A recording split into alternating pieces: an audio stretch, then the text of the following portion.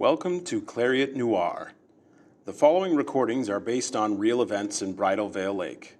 Stories come directly from the people who have experienced them.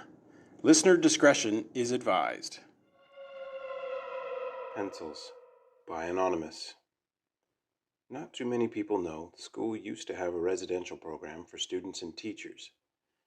Kids with learning disabilities, reading problems, would be driven or flown from all over the province to attend. There they'd receive a special reading program that was so effective the government eventually expanded it into 3 programs elsewhere. The one at Collegiate closed in '83.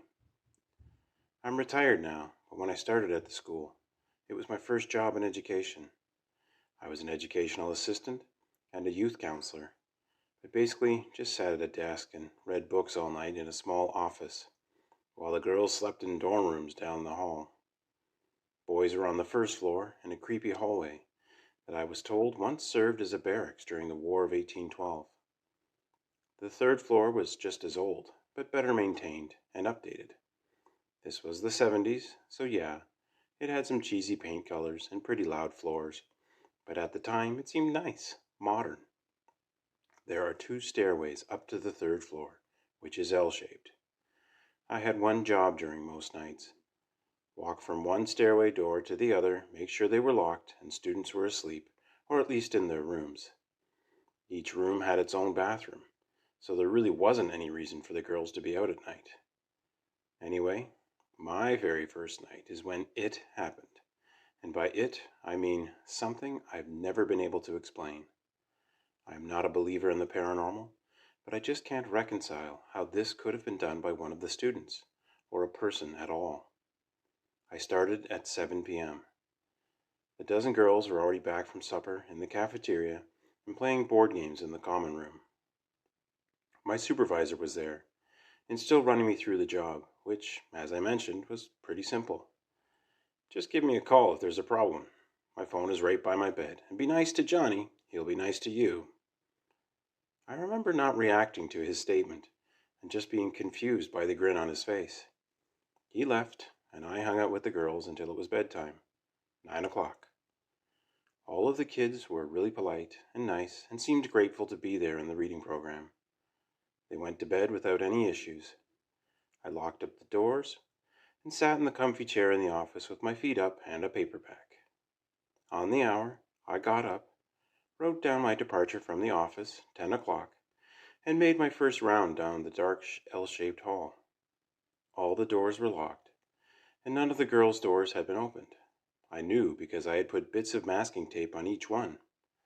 Opening a door would rip the tape.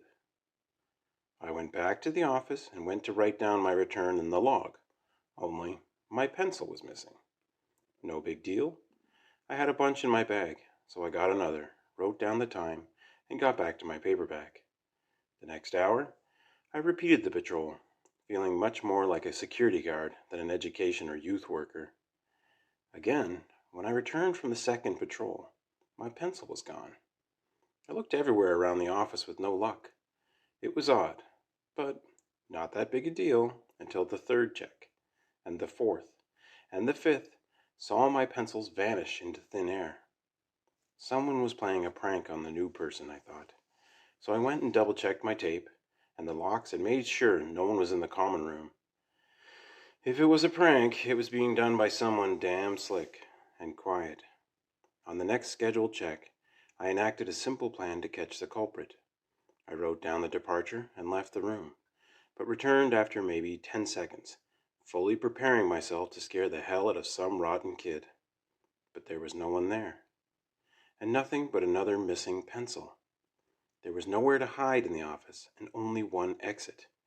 It simply wasn't possible for the pencil to be gone.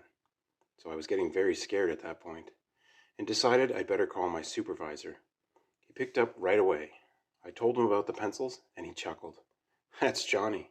I thought you knew because you didn't ask when I brought him up. Who's Johnny? We think he's a former student or kid from the army, maybe a drummer boy in 1812. Like a ghost? I asked. Who knows? He seemed disinterested and didn't hide his yawning. Just be polite and ask him for your pencils back. Say please. You're kidding me. He was not. In fact, he repeated his instructions again and said if I wanted to keep the job, I had better not tick off Johnny. The woman you replaced didn't take it seriously. What happened to her? He got quiet. Look, just say please. You'll be fine. He didn't wait for my response and hung up. I sat around the office, not sure what to do. Aside from the pencil stealing ghost, the job seemed pretty easy, and I needed the money. On the other hand, I was scared and wanted to go home. I made a deal with myself. If I was nice and polite to Johnny, and weird stuff kept happening anyway, I'd quit. Please don't steal my pencil, Johnny, I said to the empty office before working up the courage to do another round of the hall.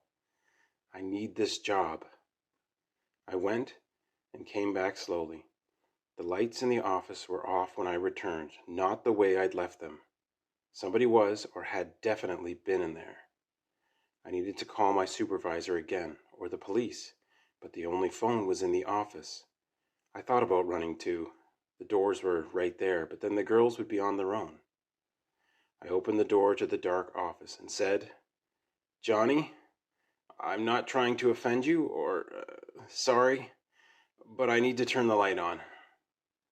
I waited a second before flipping the switch, and there in the middle of the office floor were my pencils, stacked and balanced into a teepee. Thank you, Johnny. I worked there for 25 years, and nothing happened to me again, though I heard about stuff from time to time. I always made sure to be respectful to Johnny and encouraged others to do so.